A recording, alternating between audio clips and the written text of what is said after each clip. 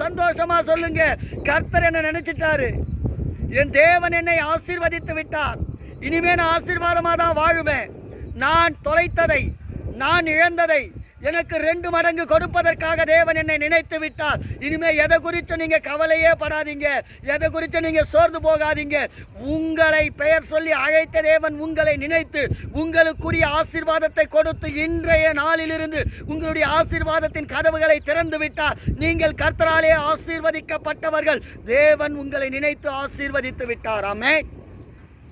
ஆம் தேவ பிள்ளைகளே, கர்த்தருடைய மகிமை உங்களோடு கூட இருக்கிறது. அவருடைய ஆசீர்வாதம் உங்க கூட இருக்கிறது.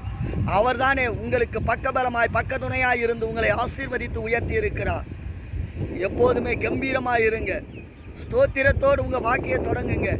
கர்த்தர் உங்கள் நடுவிலே பெரிய காரியங்களை செய்வார். காரணம், பெரியவர் உங்களோடு கூட இருக்கிறார்.